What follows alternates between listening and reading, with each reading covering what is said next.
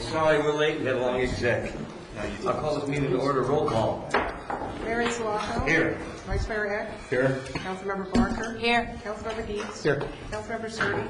Yes. Councilmember Severs. Here. Councilmember Wilson. Here. All members present, Your Honor.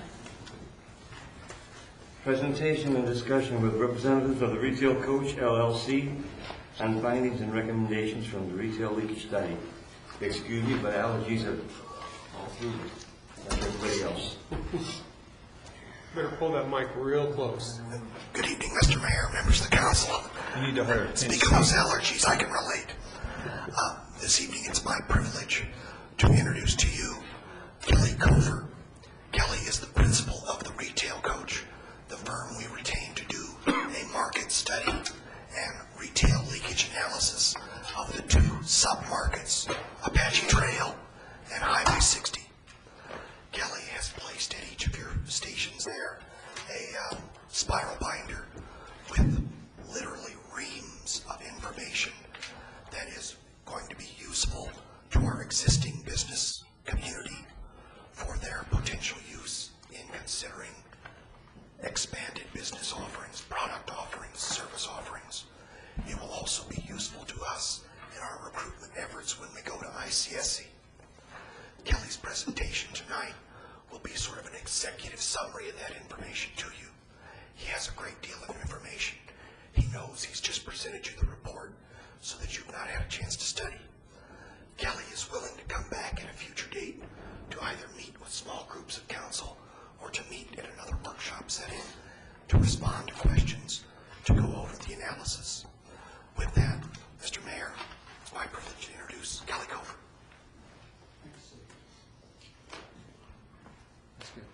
Thank you, Mayor, Council. As Steve said, in thinking through this, I really think it's important that we come together, put our heads together, and 60, 90 days, whatever your desire is to come back once you've had a chance to go through this information, digest it, come up with a list of questions. One of the things that's also important in that follow-up meeting is I'm working in a community in Texas now, probably about 3 months ahead of you, that's similar to Apache Junction in size and very similar to Apache Junction in issues. They've got two submarkets very similar to yours. One would be the older commercial district, and the other a new emerging district out on an interstate freeway. So some of those issues are certainly related to what you face in Apache Junction. And I think, if we can reconvene in 60, 90 days, we'll made a lot of progress there that we will be able to address for you here and possibly implement some of the things here.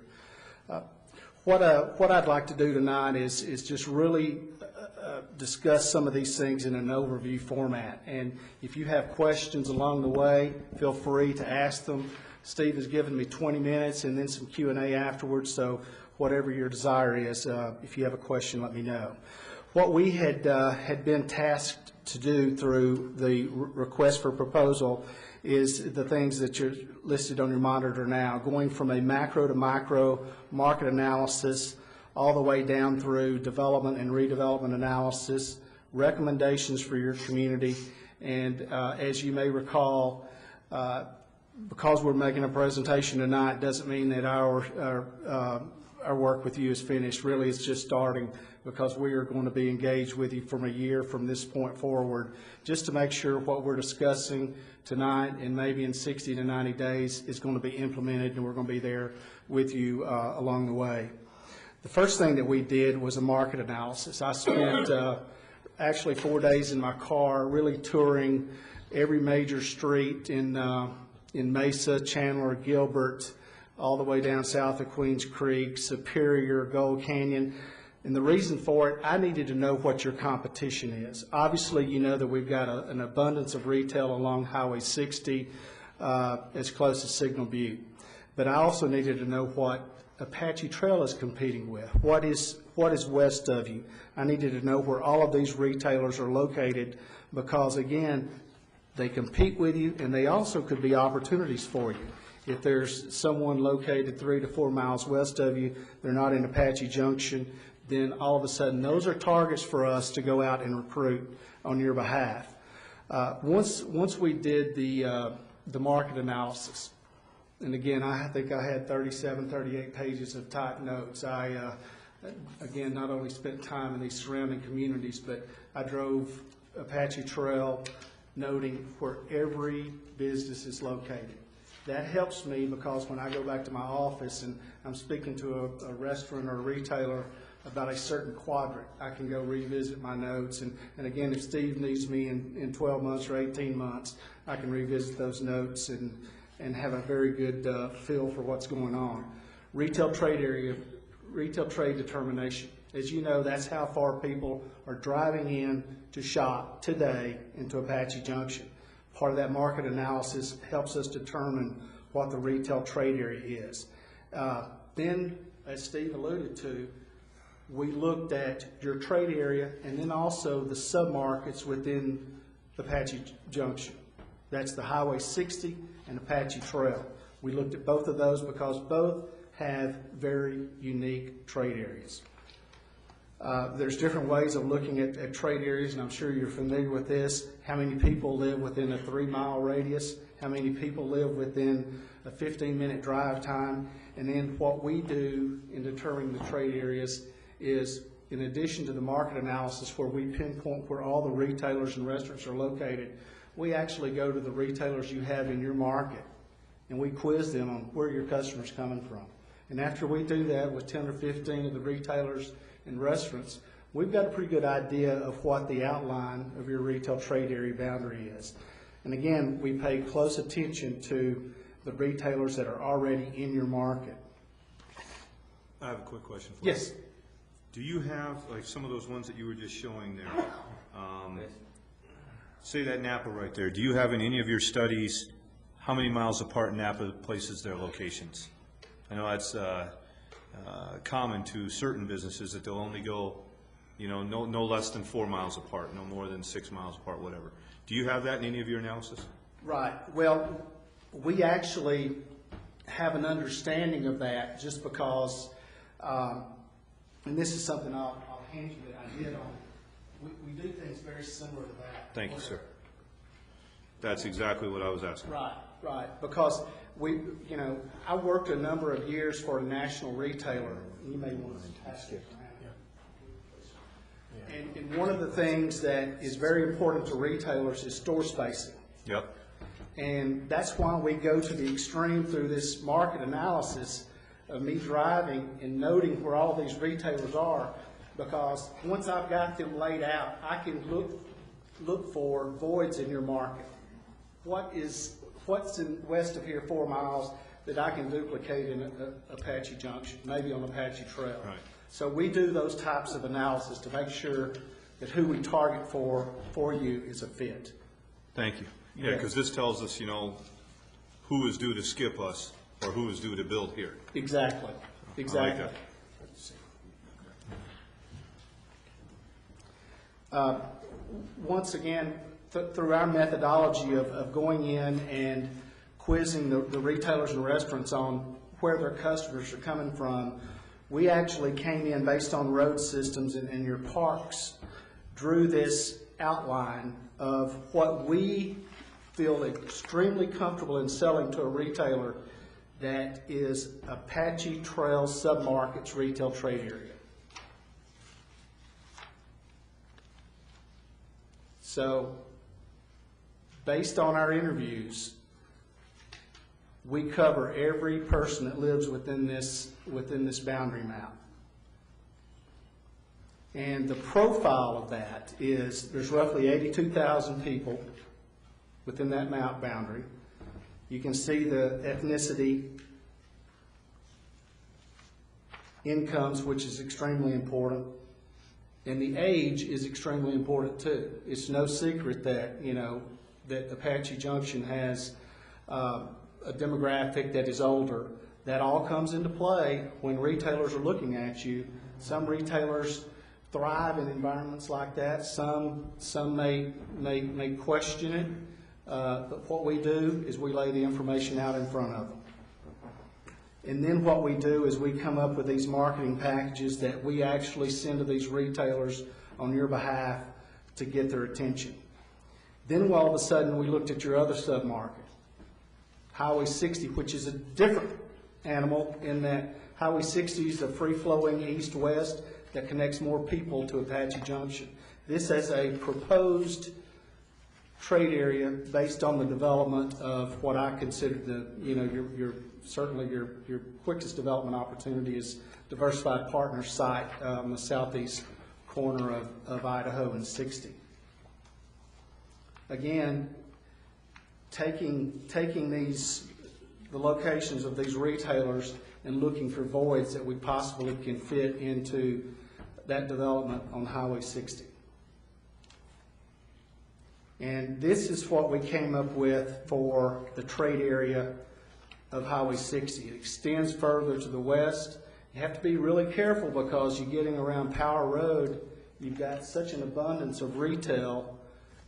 You have to pay close attention to that store spacing or duplication because you just can't expect through just consumer shopping habits that somebody's going to drive past 3 Home Depots just to get to one in Apache Junction. So all of those things come into play in determining this. And again, we also took into consideration the conversations we had with the retailers. 190,000 people live within that boundary. Hispanic origin's a little higher. Median age is a little lower. Per capita incomes are about the same. Then we look at the psychographic and demographic profiling, and if you understand what in the world is psychographics, it's nothing more than what the lifestyle habits are of the people who make up these trade areas. And what we do is we actually look at 66 different lifestyle segmentations to determine which retailers do best within these lifestyle segments. We have data that can actually take your dominant lifestyle segments and match the retailers, specific retailers to it, that do well in areas with those dominant lifestyle segments. So that's the science, in addition to these store spacing things that we tend to look at, this is almost the science behind the site selection. And what I did is for the Apache Trail submarket, I just documented the top 4 lifestyle segments. And if you read them, they fit you perfectly. And then I also did the same thing for Highway 60. And all of these are covered at length in your summary packages that you have. And then we obviously look at the traditional demographic profiling that so many retailers pay attention to. Population, incomes are incredibly important because retailers want to go where there's disposable income.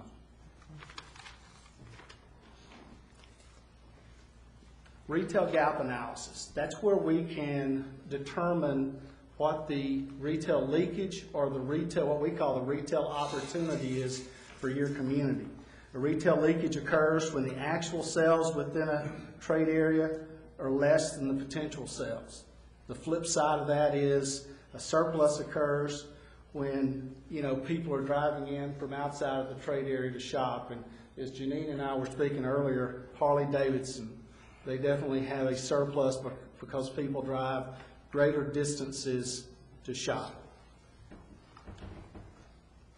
What we did is I actually profiled the leakage for Apache Trail, Highway 60 submarket, and I also did it for just the community of Apache Junction because I wanted to show you how different each of them are. So what you have for Apache Trail is, if you recall, we have a submarket trade area of roughly 82,000 people. So what they have is roughly the purchasing power of about $1.1 billion. So if you take those 82,000 people in that trade area, based on state averages, they spend about $1.2 billion on retail sales. And how I came up with that is, the per capita retail sales in Arizona is $12,600. Each person spends that much annually. You take that amount times your trade area population, and we do adjust it for a disposable income index, but that's what you're looking at. And in the Apache Trail submarket, you've got a leakage or opportunity of about $800,000. 800 million, excuse me, thanks. Questions about that, how we came up with it?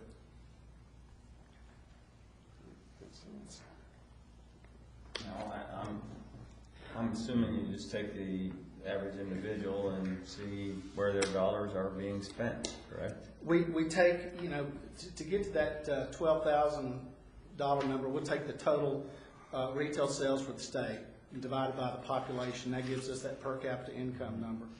And then we take that number times the retail trade area population, which gives you what the potential sales are. Everything being equal across the state, that's what these 82,000 people should be spending annually on retail sales. That's what we say the opportunity is. Does that make sense? Yes. And then we kind of compare that to what you're doing.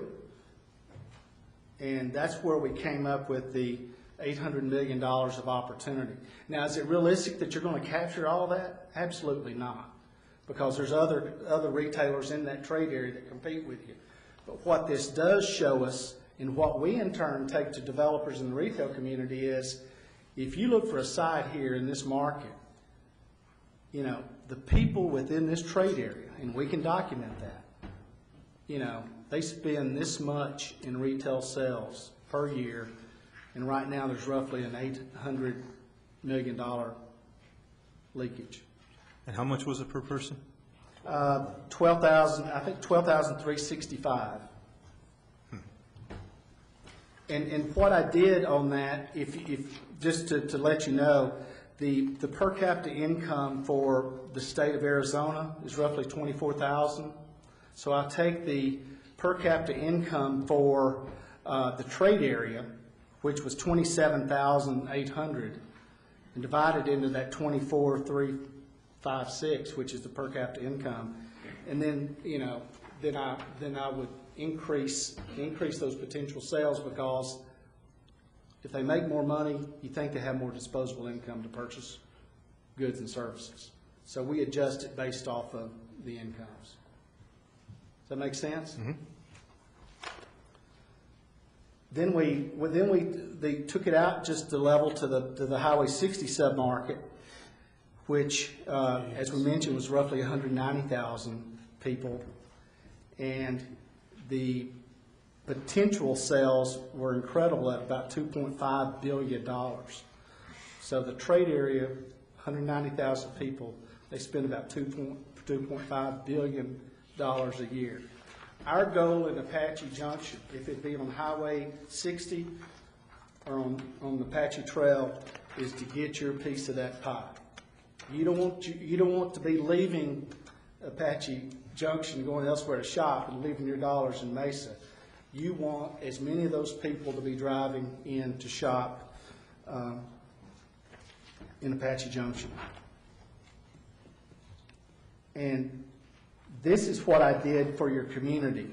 You've got a community of roughly 33,000 people. They have an annual purchasing power of about $350 million. That's what they spend annually on retail sales. So you can see that you're doing better than your potential sales, that you've got roughly an $8 million surplus. So that means that you are having people drive in from the outside. And again, we break these down into over 50 sectors that you can really drill down to see what specific businesses are offering either leakages or surpluses. And again, if we're talking about Apache Trail and maybe this Main Street area, if we could carry these numbers to the merchants and show them that we're leaking in jewelry store sales, we're leaking in shoe store sales, then all of a sudden that merchant may look at expanding their merchandise mix to meet that, or going into a different product line. So This information can be used in recruiting national retailers, regional retailers, and can also be used to help small independents as well. So basically, what are they going somewhere else to buy that I don't have here?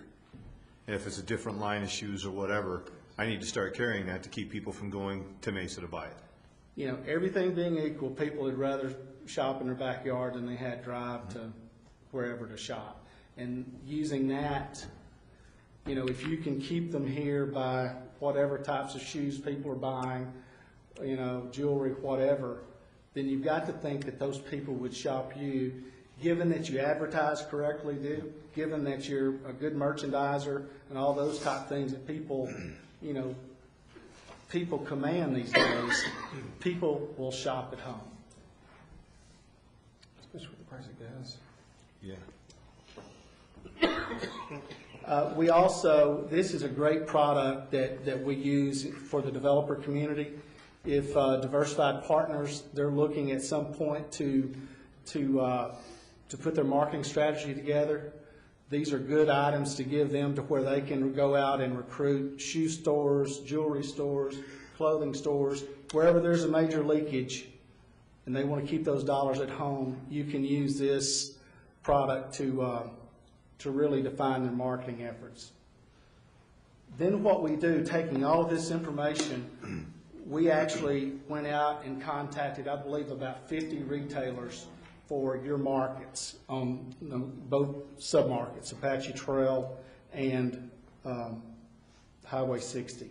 And these are just quickly, you've got these, just some of the marketing pieces that we came up with. We are very, very marketing oriented.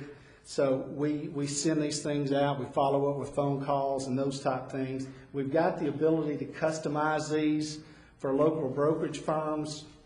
I feel it important that everybody's playing off the same sheet of music. If, you know, you don't want somebody telling a retailer that we've got a trade area of 50,000 if in fact we've got a trade area of 82,000. So if we can work with the real estate community and the developer community so we're operating off of the same numbers, it reduces any type of confusion in you know, having two different sets of numbers. So we did this for both submarkets. These are some of the leakage flyers that we come up with. If you're leaking in certain sectors, we lay that out. So in this situation, it's paint, glass, and wallpaper. You know, I know you have an Ace Hardware, but if you didn't have an Ace, this is who you would send it to. You'd say, if you look at this market, you very well could have X number of $1 million of built-in sales. So that's how we put you in front of and position you in front of these retailers where there's an opportunity. Then we send out email blast to these same retailers. We've tried it. We feel like we need to keep all of this information in front of them. We also, through this community resource guide, position you to the developer community as sort of a one-stop shop for developers. And again, we provide each of these profiles in single package format. So when it's extremely important, because I worked with a retailer for a number of years, when somebody's in your town and they need information, you better have it at your fingertips or they're going to go somewhere else. So our whole program is built around giving you individual information packets at your fingertips, so when they need something, you've got it, and it's almost instantaneous. Steve, I know I'm bumping probably 20 minutes, but I really took a lot of time looking along Apache Trail at your development and redevelopment analysis and opportunities. And one of the things I want to mention to you is when I was with the retailer, you know, I would go into a market just like I did working on your behalf through a consulting contract. And, you know, the first thing that I would gain from coming into a market is, do I need to make a $2-3 million investment here? Some of the things that jump out at you. Some of those things are community development oriented, more so than economic development oriented.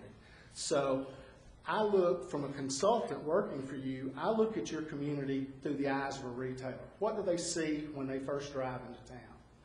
And that's where, you know, was really the basis for some of the things that are covered in this report from the standpoint of recommendations, from the standpoint of strengths, weaknesses, opportunities, and threats. I just feel like, based on my experience from working with a retailer to consulting for communities your size all over the country, you need to know what these retailers look for. Is Apache Junction the place where I need to make a $3 million investment? If I saw a site in Apache Junction and I had one in Mesa, and everything being equal, where had I rather make my investment? We've got to position you to where it's going to be in Apache Junction. So that's where these recommendations come into play, as well as some of these development and redevelopment opportunities. Every site along Apache Trail at a signalized intersection should be a retail establishment or a restaurant establishment. And I know it's outside of your control in many situations, but most of those interchanges are not operating at their highest and best use. So, and what I did through these series of photographs, and I think there's probably, 20, is I went in and wanted to sort of give my opinion on what I think some of these intersections or some of these sites should be. And again, that is some of those things that as we move forward, hopefully we can marry a retailer or a restaurant to a specific site. And, with the working with the city, some of these sites that maybe not operating at their highest and best use today, is there anything that we can do? Is there anyone that would possibly sell their property? Or, I know there's emotional ties to properties, I see it all the time, or maybe that the use that they have is bringing them in more money than they know what to do with it. But I'm looking at it from your standpoint. What's going to bring sales tax revenue to you, the city? And some of these properties, if it be on the corners, and some of them that are in line, in the block, are certainly not operating at their highest and best use. So I have gone through and listed a number of them as far as, maybe some redevelopment or development opportunities. I think it's incredibly important and a big win for you that the strip center's going in next to Starbucks. I mean, those are the typical types of retailers that go across from or next to a Walmart. And I think that is a big play for Apache Trail, and certainly needs to be used in marketing Apache Trail, that success, to other people. So these are just quickly some of the strengths that I see, and instead of going through them individually, I'll just kind of talk. I think with Superstition Vistas, you being the city has an opportunity to almost rebrand itself. I have talked to a number of people in Apache Junction, more people outside of Apache Junction, just quizzing them on what's your opinion of Apache Junction. And there was consensus that it's an older community, a lot of transitional families, a lot of trailers, a lot of manufactured housing.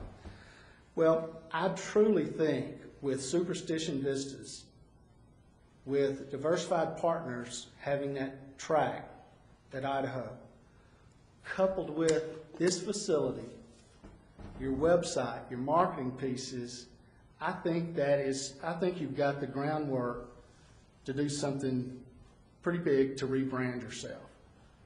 And I think in conjunction with that, maybe a program along Apache Trail to revitalize the area. And one of the things that I mentioned is either a business improvement district or an overlay zone, something that's going to cause an outsider, when they drive from west to east and they enter Apache Junction, they know when they enter Apache Junction.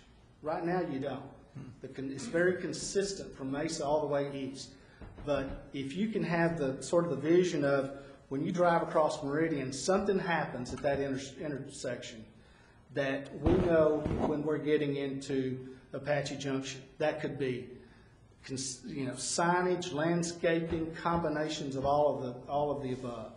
But that needs to be a goal of yours, because I think some of these other dynamics that are going to fall in place position you well to revitalize the area. You know, again, I'm working in this other community, and we're 3 months ahead of you. And it's really important that, not that you're gonna make a dramatic change in the next 5 years, but if you can show someone that you've got 10 things that you're working on, that you're doing 1, 2, 3, 4, 5, and so on, then all of a sudden they see that the community's being proactive and something is gonna happen. I'm telling you that that's extremely important to an outsider looking to make an investment in your community. We always wanted to go to a community that was improving in population, incomes, those type of things, and at a bare minimum, it was stable. And if somebody could show me that they're doing some things internally to improve the community, that was a plus.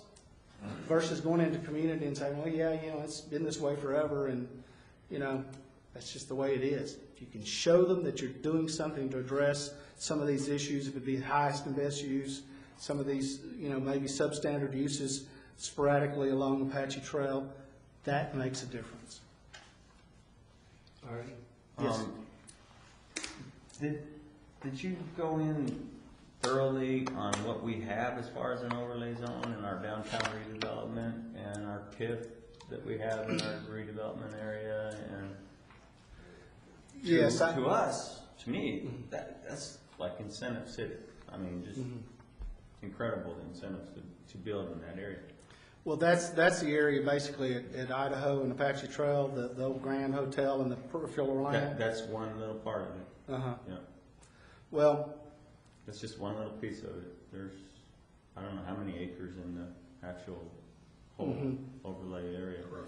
I guess my initial, and I'm not a planner, I will tell you that, but my feel is the area that's covered almost by your Main Street delineation is the area that needs to be addressed, not, you know, and that the old Grand Hotel site being part of that, but certainly not, you know, the major part of that. I would say from Idaho to Meridian, and, you know, you would need to go off of Apache Trail, you know, possibly a block or a half block, just to be able to have the depths to do something with. That's one of your problems, and a lot of the older communities have very shallow lots.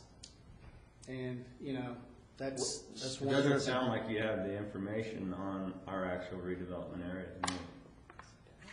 If I'm not mistaken, we've got redevelopment districts all the way down to Meridian, don't we? George? It sounds like we're doing repetition here. If I may, the staff is looking into, we know we've got Crossroads, and that's your next item to redesignate it. We know Meridian exists. At the staff level, going into the archives, we have found that there is a gap in what was the Central Apache District. It was proposed, it was staffed, it was never presented to council to act on. Staff needs to get that back to you and will in the next 60 days so that we do have that complete area. He's talking about more than just the outline of incentives. Remember, we talked about those things. Many of the incentives we pledge, we never resourced. Things like helping somebody with drainage. We never put any money aside for it. We never established a stormwater drain. That's going to be part of the downtown plan. Portions of it that the CDBG grant will help us address. We will be moving in that right direction. But to tell you here and now, we have an implementation plan that we can hand to a retailer is an overstatement. It would be an embellishment. We're going to work on those areas. But Kelly's helped us identify some of those needs. The focal point redevelopment is an excellent step, but it doesn't change the perception when you cross Meridian into Apache Junction. Absolutely. We need to start the wow factor there. My concern is we have this big old binder study and everything, but what I didn't hear is you have something amazing in your community that is only one of 2 cities in the entire state with our TIF area. And we were only limited to a certain areas how far we could go west with that. And I think we had to stop, what is it, on Valley? Thunderbird. Thunderbird. So we couldn't just keep on going and grabbing more acreage down to Meridian. See, one of the problems I'm having Project too, specific. I'm sorry. one of the problems we have the corner of Ironwood, which is the northeast corner. There was a Mexican pottery place there ever since Dirt was a child. Right. And the building hasn't been painted or upkept since Dirt was a child. And now they're gone, and that eyesore is there. Now, who knows who owns that property, where are they at? And just a little east of that, where the old Golden West restaurant is, they're closed up. Cousin Vinny's closed up, they're gone. We've got that almost 10-acre parcel there with junk. And these are things that cause me and I know residents the heartaches and the headaches. That these big, important pieces, like you said, right in the corner there of Ironwood, are sitting there with junk on them. Well, and you know, over and above a TIF being a funding mechanism, you know, some of the things that I think you need to address as a community before you even get to that point is as much community development related than it is economic development. You know, I was involved in a incentive negotiation with Target, and we had a $14 million package on the table. Well, it wasn't enough to get them to go to that community. They went down the road just a few miles where they had $1.5 million of incentives. The point being is they go where they feel like they can do the best and make the most money. And I think what's hurting us now along the trail is not you know, the lack of a funding mechanism as much as it is, you know, you needing some type of more stringent codes and ordinances that's going to transform that area where somebody is willing to come in and make a multi-million-dollar investment. Did you go talk to those businesses? Your Honor. Did you go talk to those businesses and ask them about our codes? No, I have not. Yeah, All right. I think they'd have a different opinion if you talked to them. And what would that be? Because they feel that we have extreme ordinances and codes that stop them from doing Right. what they need to do. And you know, that's not unusual because they're there to make money. Yeah. But, you know, your role or my role coming in is what do outsiders see over and above those people who go to their shops every day? And I'm telling you, based on my experience, you know, people driving in from the outside, there's improvements that can be made. Oh, yeah. Joe? We have our new property maintenance standards that we work so hard to apply. And those property maintenance standards were put into effect for private property and businesses. And we're not using them. You know, that pottery shop that closed down, why does it still look like it does today? Because we haven't enforced the rules that we put on the books. Kermit's. I mean, we've got all these examples of properties down there that look horrible, and they're still there. And that's not attractive to a new business. We can have every implementation program and every incentive in the world and every overlay district there is, but unless we improve what is here and we get those incentives out there, nothing's going to change. And we've got the tools and we got the teeth to enforce these rules now. We need to start enforcing them. I think that we've got a lot of great incentive programs, like the Vice Mayor mentioned, you know, the TIF program. Nobody else has got that. It's huge, but what are we doing to get it out there? Do the people in Chicago, the people in New York, the people in California know that we've got this great piece of land and we've got a TIF program that's going to help you develop it? They don't know it. And That's where this is going to help. And one of the things that you've got to consider is what our market around this TIF area, what will it support? Right. You know, my feeling is the Grand Hotel site, that's not a lifestyle center location. If a lifestyle center is going to come into Apache Junction, they're going to go down on Highway 60. I think it's a great mixed-use piece of property, but I don't think it's a national retail hub. It's going to be down on Highway 60. Our national retail hub is going to be down on 60. But turning that area into an entertainment district to revitalize our downtown Right. and our heritage is what needs to happen. Exactly. And that goes back to what we've discussed several times about being very careful about what we do to the south, that it doesn't kill what we could possibly do here. And that is a prime example of what I'm saying, is we need to find a way to get that out there. that we've got this 120-some acres, I believe, that is prime land for entertainment district. Not only are you gonna have your locals that stay here and support it, but it's gonna become a destination location. And one of the things that I would say with that, that's extremely important, is you don't just take that one district, because I think if you've got a developer from wherever that's interested, you know, you're talking, you know, tens of millions of dollars to develop something on that large tract of land. They're gonna wanna make sure that, you know, everybody else along Apache Trail, just like living in a subdivision, wanting to make sure your neighbors are gonna adhere to the same standards that they adhere to. Every route coming into that district needs to be improved and look better. Right. I don't know if you guys are familiar with Detroit, Michigan. They built a huge, huge building called Auto World. And it was just across the street from several of the General Motors buildings. Auto World was probably 200,000 square feet of museum to the automobile. It failed horribly within like 3 years because you had to drive through the ghetto to get to it. And nobody wanted to do that. And if we build an incredible entertainment district and you have to drive through areas that haven't been improved yet, it's not gonna work. Joe, we tried to do that and you voted against it. No. Remember, we were gonna make Would- everything down there ready and then you killed it. Not gonna get into that. Mr. Mayor, I killed it. Glad I got that kind of power. Steve? I think Kelly has given you a good Yes. amount of substance to chew on. He's also indicated that in the next 60 or 90 days, at council's pleasure, he's prepared to come back, meet one-on-one, one-on-two, or in a public setting like this at the council's discretion. The only thing he hasn't mentioned is that he and his firm will also be at ICSC, working with us as well as with his other client communities to talk to these major retailers about investments, to help open doors that we would not otherwise have been able to access. I am optimistic about the future. He has given us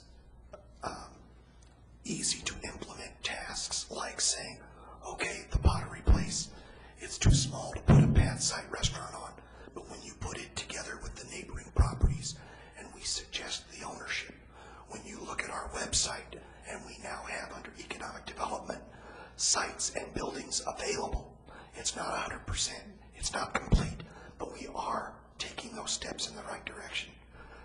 You've got a long agenda. There's many other items that need to be talked about tonight, but this is an excellent down payment on where we need to go. I feel that when he does come back, and this is just my opinion only, is that I would prefer meeting like this with all of us, so we all get the same information. I mean, not that anything be hidden, but so we all know what's going on at the same time, and so the public can also hear what's going on. I would prefer it that way, but that's me. Thank you very much, Kelly. Your Honor, I got a quick to say though, because according to this, and it's got the Walmart circle, are you aware in the study that all this land here I have blacked out is undevelopable? It's already gone, it's state trust land. It's sitting there and can't be, it's not being released because it's in a 50-year lawsuit. The golf course takes up a large piece of that. Right. The purpose of that was to try to get into Walmart's mind as far as their store spacings go to what are they going to do with the Apache Trail site? You know, or if they were to move down to, consider moving down to Highway 60, then, you know, obviously I strongly feel like they are the anchor right now on Apache Trail. And Absolutely. That was my concern, is I was looking at this as if it was saying to No. go that direction, and that was a point Steve had made, that there's a little bit of concern, as I can certainly understand, because you don't want to lose them. I've spoken to them on 2 or 3 occasions, and they're doing very well. But I know that Diversified Partners has a strong relationship with them, so we're going to try to read between the lines on what we're going to do. That's why I looked at those store spaces. You also don't have the 202 on here, how it's going to affect the traffic flow. Right. Well, again, this was just a quick aside that, I wanted to show the store spacings only around Apache Junction and the drive times. That was not meant to show anything west of Apache Junction. Thank you very much, Kelly. Discussion on proposed resolution number 08-07, reaffirming the Crossroad Development Area. And we got somebody that can talk.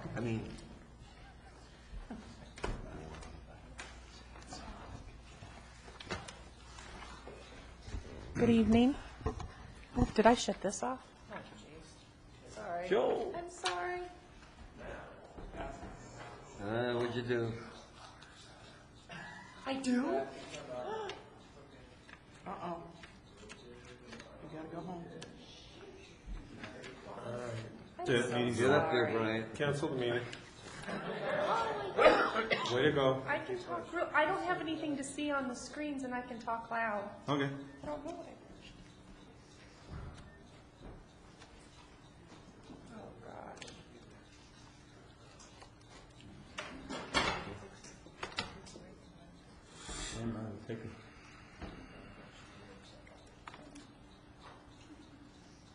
You're not on probation or anything, are you? Here comes There Brian. comes the man. He doesn't look happy.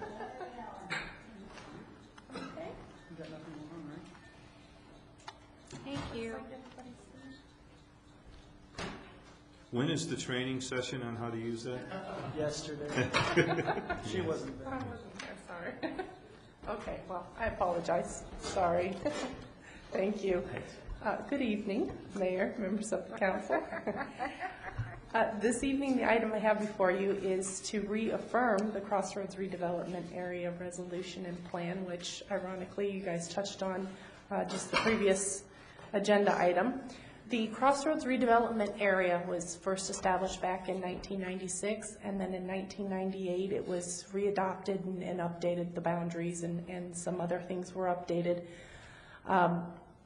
But then after 10 years, we need to renew the resolution for that plan, otherwise, or the resolution for the area and the plan, otherwise we will lose the designation and then subsequently lose something like the TIF that is connected to that area.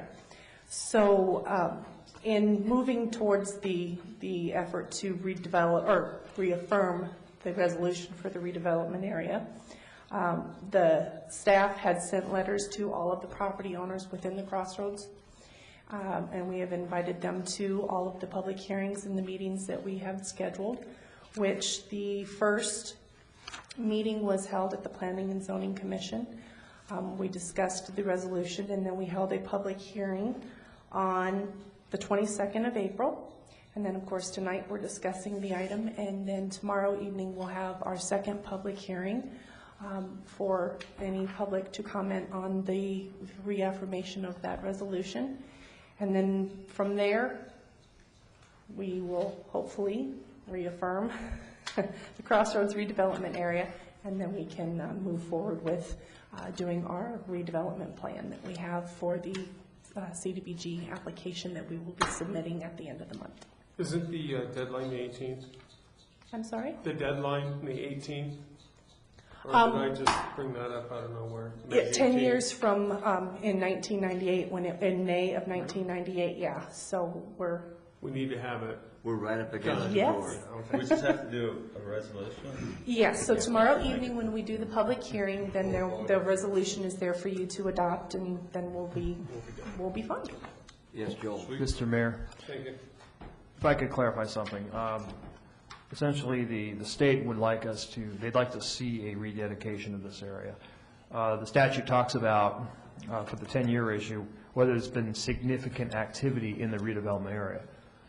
I feel that there has been, but to keep the state satisfied with Department of Commerce and other departments that would like to assist us in other funding mechanisms, that's why we're bringing this forward. Okay.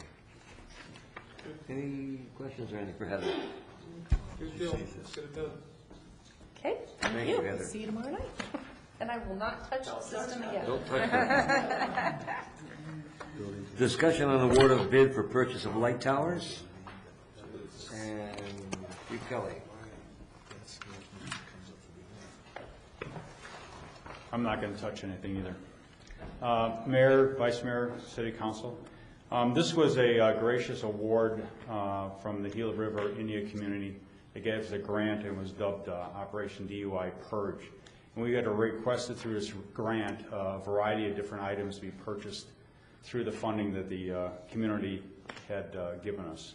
So one of the things that comes before this evening is for the consideration and recommendation from my staff to purchase some 4 light towers that would be used in this operation for officer safety and a myriad of other things.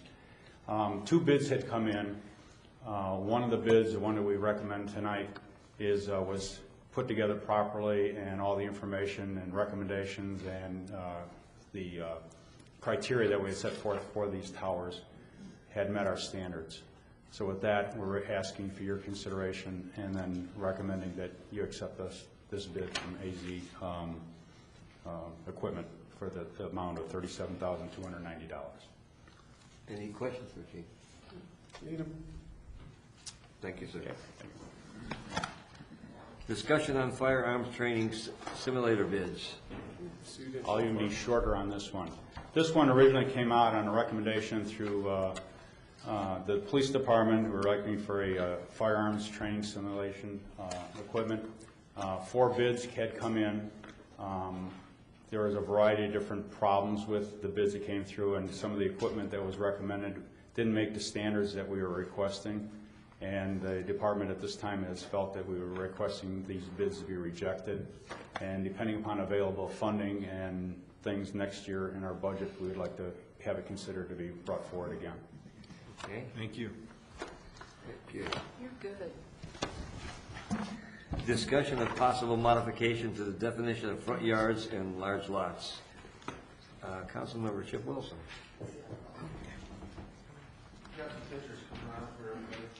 Thank you. He's gonna touch it. He's going to touch it. Watch Yes, out. he is.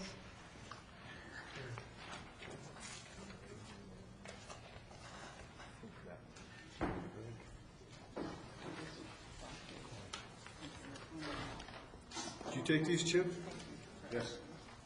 Very nice.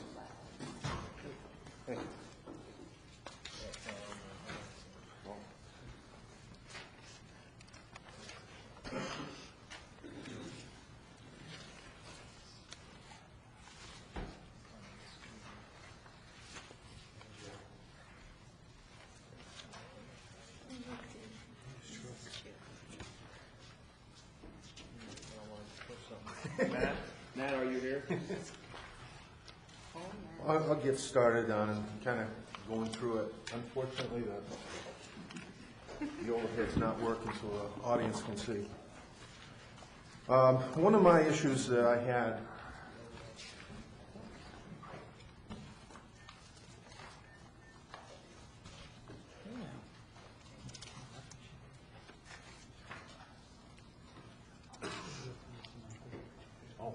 okay.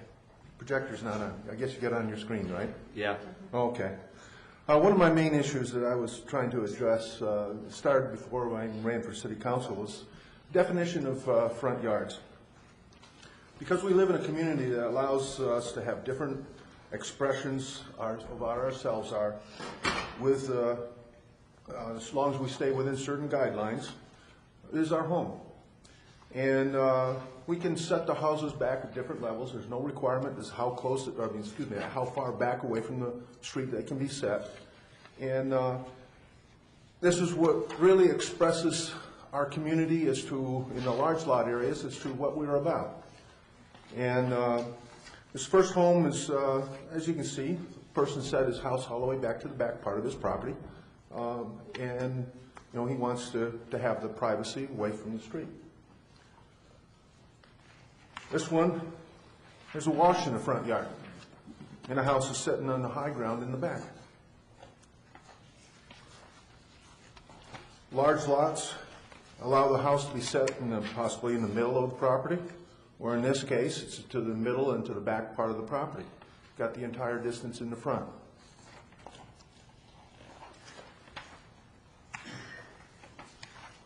Houses can be set different directions on the property.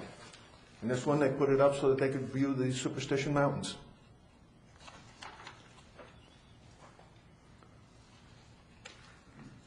This one is setting sideways. Now, for whatever reason, they decide to set it sideways in this one, but again, in our community, we can do this on your large lots.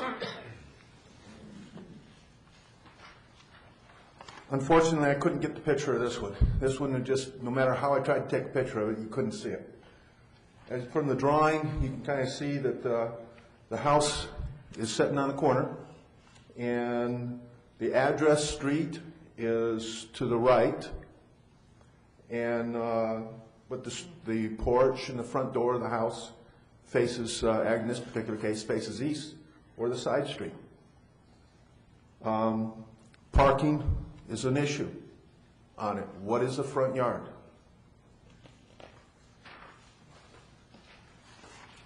Some homes put their houses on their property backwards. Their front door is on the opposite side, right here. And the back side of the house is facing the street, which is the street address.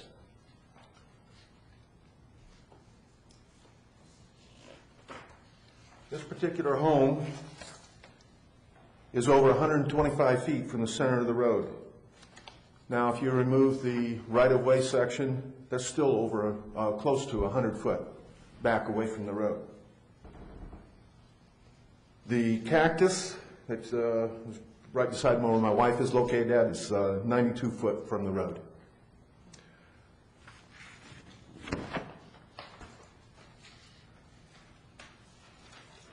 And again, this truck is parked 94 feet from the road, and the house is 157 feet from the road. And this presents a problem with some people in the large lots. Because of our property maintenance rules, some things can't be parked in the front yard, and it presents problems where they can be parked. I would like to ask city staff to come up with a definition of the front yard, something as simple as the setback requirements for the house from the street. Beyond that would be considered behind, or not necessarily, would be considered, that would be considered the front yard. I know there's going to be some issues on it, and I know we can work through some of those problems on it.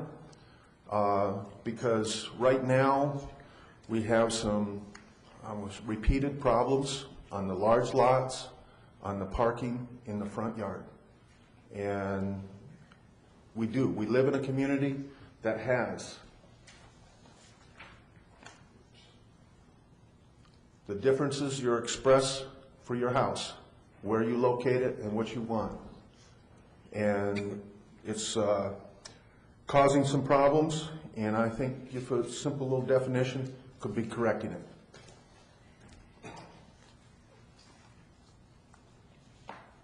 No questions? Any questions? Comments? I got a comment. Yeah.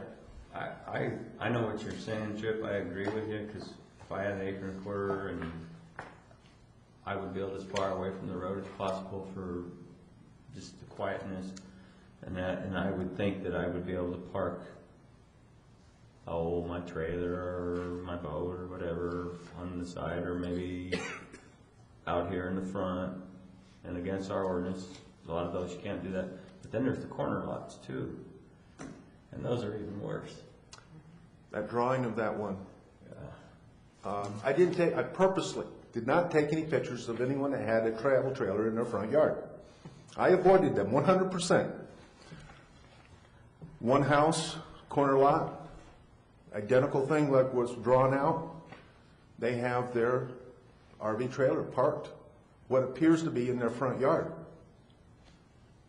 Now, they don't have they can park it, because what they did is they parked it on the street side, the side street. That's right in front of their house, because that's the entrance into their house, but their street address is to the north. And I know why they put it there, but it doesn't necessarily, it follows the rules. And if they could allow it to be parked on the side of their house on the north side, that would be okay, but that's, in definition, that's their front yard. I just Yeah, think it we got seems to, to me that the address would be the front of the house, the front yard, not necessarily the front of the house. Front, not the front door, correct. Yeah, not necessarily the front door, but that would be, it just seems to me that's the way that it would be. Your Honor? Yes. I know that Chip is bringing up the issue about the travel trailers and the parking, but we've talked about this several times over the last few years, and there's a lot of other issues that have been brought up. The reason that the definition needs to be worked on, placement of swimming pools. We're discussing one just recently, big rigs, and the fact that we want them parked in the side or backyard. Travel trailers, fencing. We've got very defined, they're not very clear, but very defined rules about how tall your fence can be where. And according to our rules, it can only be 4.5 feet tall in your front yard. But in a lot of these pictures that he has shown, and we just discussed our animal control laws, that animal control agent has the right to determine if the fence is tall enough or strong enough to secure your animals in your yard. And I had mentioned if you have a Great Dane in your front yard, you can only have a 4.5 foot tall fence. So that's other things that need to be looked at when we come up with this definition of front yard, is what is practical and how can it solve a lot of these issues, not just the travel trailers. Yes. I think, are we giving staff enough information? Does staff actually know what we're looking for here? It needs to come If back. it's all right, we'll introduce it tonight, Okay. and then think about it for 2 weeks. We'll bring it back for possible direction of staff, and then we'll go work it. Okay, because I didn't hear any real, this is what the problem is, and I'm not sure that staff's aware of what's being discussed. A few examples, but not necessarily what. Chip? I talked to Brad, and I think he has a pretty good idea of what some of my concerns are.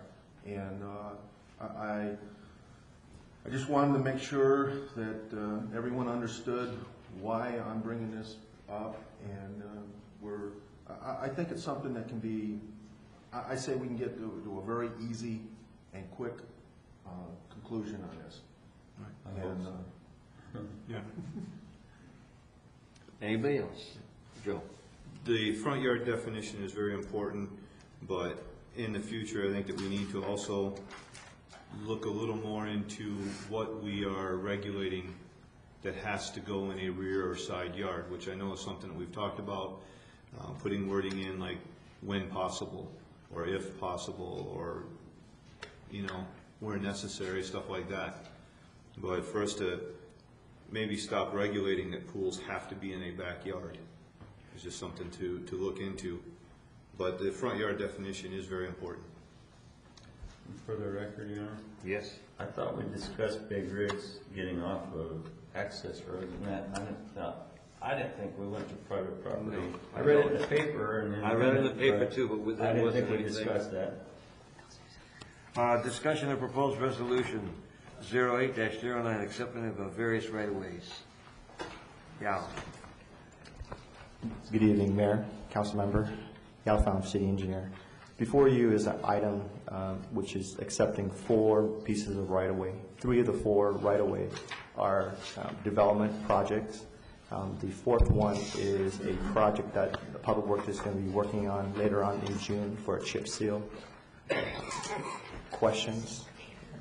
Comments? All right, let's see if there are any questions. That was good, bud.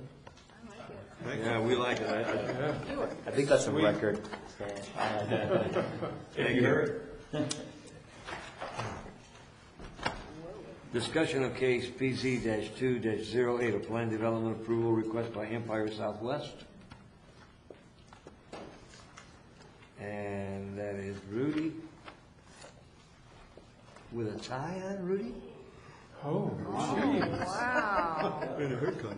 You are Yeah. styling, It's Bo. that once a year.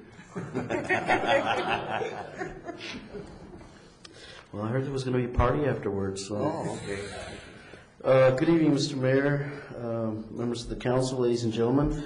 This is a rezoning request by Empire Southwest.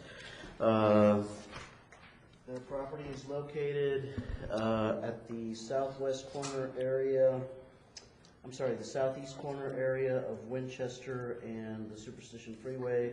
Basically, their closest access is off of Idaho Road, east on Baseline and up on Winchester. Baseline Industrial Park is located in this area right here. Right in this area, we have the ADOT Canal, the Earnhardt 40 to the east of it, and then some county islands to the southeast. And this is the site of the diversified project that the gentleman was talking about a little earlier. And actually, this has now been rezoned to a C3 PD. The property is zoned CI1 PD, light industry and warehouse zone by plan development. It was annexed into the city in April of 1986, but wasn't rezoned until a couple of years later when we rezoned it from GR to CI1 PD. The idea behind the CI1 PD was to create an opportunity for light retail and other commercial developers to locate along what was then the planned Superstition Freeway. So a light industry by plan development zone was given to it, although no development plan was ever associated with the property. Consolidated Water owned it for a while, then Apache Junction Water Company owned it, and then last year they sold it to Empire. Empire proposes to construct their facility, which services, it's a sales, rental, service, and repair of heavy equipment. They are a dealer of North American Caterpillar equipment. They're looking to employ about 60 to 70 people, and their concept plans show nearly 62,000 square feet under roof, and this would include the main facility, which is basically the building you see in the middle of the screen there. This is their main customer reception area. They've got their service bays to the right of the main customer area, and they've got several other buildings, 5 other buildings on site, including a guardhouse, a fuel canopy, a couple of service bays, a wash building. So altogether, they're looking at about 62,000 square feet of roof area. The development plan, you have several, I think you've got several elevations in your packets. You've got the site plan as well. This drawing here has actually evolved a bit. This drawing was their first submittal, and you can see basically the Empire logo. These triangular yellow things here are basically signage elements where the Empire Corporation likes to reflect their value statements. The building is basically made out of 3 different types of brick, and we do have some illustrations from the Prescott facility. Staff did a field trip out to Prescott, which illustrates the building a little better. Let me go ahead and get to those. But we have been working with the applicants on evolving the architecture just a bit. These are some pictures from the Prescott facility. This is the value signage elements that we were talking about. And the reason these are important is because these will be a part of the plan development approval. Typically, they're considered signage, and the building, it really proposes a little more signage than is typically allowed. But given the use, it's appropriate. They have, you may notice in here that they have their green window tint, which adds color, which adds texture to the buildings. This shows you the building massing in a little bit more detail, and this even better. As you can see, they use 3 different types of brick. They have the split face block here, and then this is a kind of a medium coarse brick, and then the typical cinder block on the top end. They plan to incorporate these same types of design features into the Apache Junction facility. You will notice that the renderings look very gray, but the building out in Prescott looks a lot more tan, a lot more neutral desert color. This is, of course, what we're hoping to get here in Apache Junction. I mentioned the evolution of the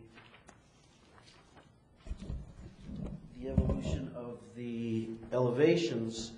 I believe in your packets you have some elevations that basically look like this, where the applicants have worked with us to include a color banding concept into their design. So not only do we have the 3 different types of bricks, now we've got a 4th darker banded brick, which breaks up the building massing a little better.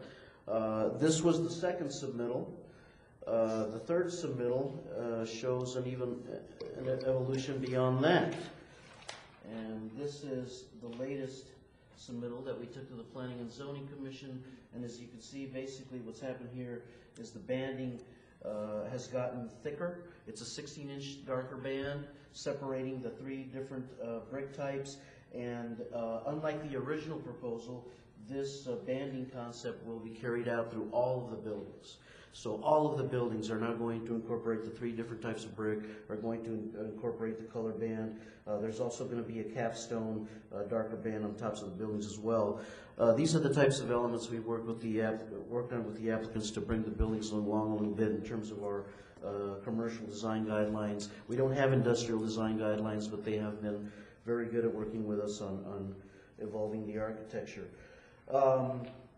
So that's basically the elevations that went to P&Z, Mr. Mayor. P&Z liked that they, did work with us on improving the architecture a bit. Really the only issue or condition of approval that is peculiar to this plan development is the issue of the signage. Once again, the signage elements in here will be specific to this plan development. We also added a condition for the monument signage. Since Empire is located adjacent to the freeway, they are entitled to freeway signage under our new sign code. They also have, their main entrance is going to be on Winchester, and you have their site plan in their pockets. So there will be a monument sign on Winchester. There will be a monument sign facing the freeway as well. This is their first submittal for the signage. This is the sign that is proposed for the Winchester frontage. It meets our sign code. It's a 12-foot high sign. It has the Empire logo on it, of course. And this is the sign that was proposed for the freeway. And this says 35 feet. It may not necessarily be 35 feet. You may recall that our sign code for freeway-oriented signs allows the sign to be 25 feet above adjacent freeway grade. If we understand correctly, the applicants are fine with that height. What we have asked them to do is to reflect some of the building architecture in the signage, in the signs themselves. So basically, the commission came up with a recommendation, I'll read it to you here in a little bit, that basically the applicants are to work with us on incorporating some of that split-faced block and some of that darker color banding into the monument signs themselves, both the freeway sign and the Winchester sign. That said, Mr. Mayor, the Planning and Zoning Commission did recommend unanimously for approval. We had 4 members present that night. And very quickly, the recommended conditions of approval, of course, the dedication of right-of-way, including the cul-de-sac on Winchester Road, controlled access points on the south side of the property. They're also going to have a couple of entrances to their equipment yard off of 34th Avenue.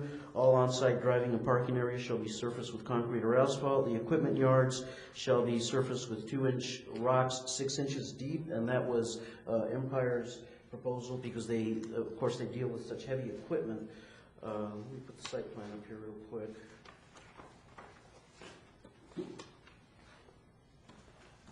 Once again, Mr. Mayor, this is their landscape plan, but their main entrance, once again, is off of Winchester in this area here. They have a couple of access points down here off of 34th Avenue, although this site plan has now evolved a little bit. I think you've got the more current site plan in your packets. This entrance to the yard has now actually been moved over here. So it lines straight up with this street here, which I believe is Colt. This yard gate, there's an issue here with a driveway across the street. They're working with us to align, to find the optimum spot for this yard gate as well, and that will be an exit only. This is the display yard for new equipment. This is the display yard for used equipment. Some of you may have seen their facility down on Country Club in US 60. Same type of concept. They have all their big equipment out in front of the building. This is what customers see when they drive in. The guard gate is right here, and of course the customer reception area is right in here. Very nice landscape package. We have asked them to beef up their landscaping. There's also going to be landscaping right around the building. So moving on with the conditions of approval, the undergrounding of utilities, if there are any, provision of adequate on-site retention to accommodate off-site flows. According to city drainage policies, there are some flows coming off of the Superstition Freeway, which they are looking at. And by the way, we actually received their building permit submittal today. So they are moving very fast in wanting to get through the process and get the facility up and running as soon as possible. All areas which could generate chemical or fuel spills shall be contained, provided with a separate retention basin and vibro system type dry well or equivalent. This is important because it is going to be a fueling facility, and chemicals such as that need to be accommodated.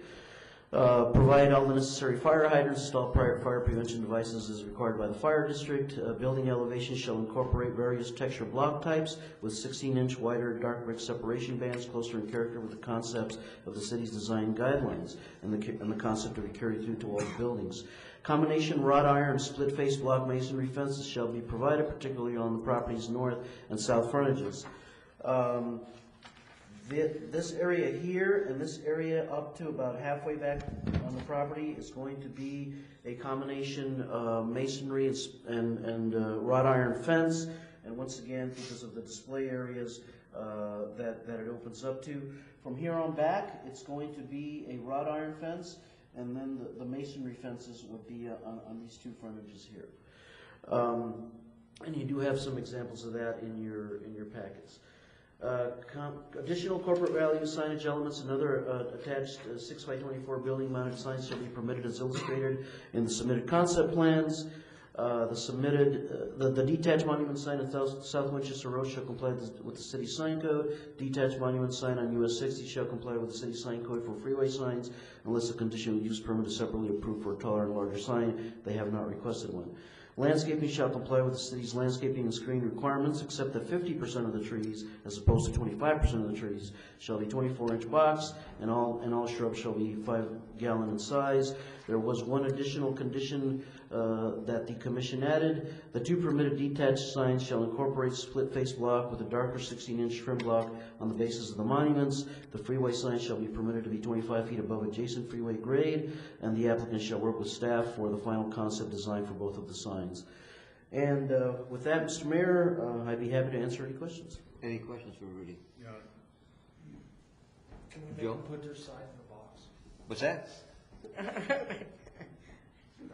With the sign being 25 feet above adjacent freeway, about what footage does that put us? Is that the 35?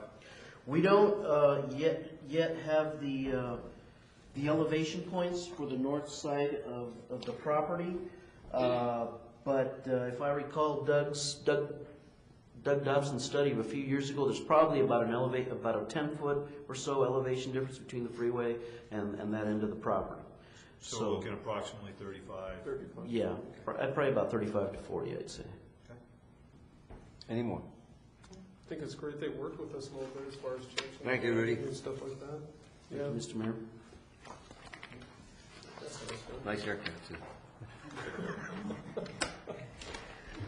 Discussion and proposed resolution number 08-05 declaring a portion of the Goldfield Road and Old West Highway public right-of-way is no longer necessary for public use and is hereby abandoned. Okay. Mr. Mayor? Yes. We can do this very quickly. In your packet is the resolution, which you've actually seen this item before. It's pursuing, what happened was the city entered into a development agreement where we agreed to work with the developer on abandoning a portion of the right-of-way. And about, 6 months ago, the owners came to me, and they were concerned that they've been trying to sell their property. However, this particular provision got in the way. That's what they told me, that they had problems selling it because this had not been abandoned yet. And so we said, well, send me a letter, explain what you really want, what you want. They didn't really do that. They went to their attorney, and the attorney sent me a letter. And that's okay, because the development agreement does spell it out as to what we're supposed to agree to do. And so what I prepared was the resolution that sets forth the right-of-way abandonment. Any questions for Joel? That's it. Do we want to go back up an exec or what? That's council's discretion. There is another item, and it would be performance evaluations. Okay, council, we've got an early night. It's relatively early. Better do it tonight than. That's what I say. We can't put it off much longer. It's fine with me. Well, Okay. You can instruct, if you don't want to do it tonight, you can instruct certain people not to load up your next executive session agenda. You know what? That might be a good idea, too. Okay, don't look at me, you gotta look over there. Well, I know, Bob, but you're giving me the suggestion. Well, we did have some very important issues that had to be done. Yes, so I know it's that. very difficult to abide by such a ruling. No, well, nobody's saying anything there, Joel. George, you think that we can keep our next executive section? I mean, do you know of anything major? Or do you want to, is it convenient for you to start at 5:30 or something? It would help if we can get there. I don't know if everybody can do that. I can do 5 or 5:30 is fine. Okay, why don't we do that then? Call it a night, we'll get home early. And you want to start next time at 5:30? At 5:30. Okay, then tomorrow night when you make that motion, Yes. change that to 5:30? Okay. Thank you. Meeting adjourned. Wow.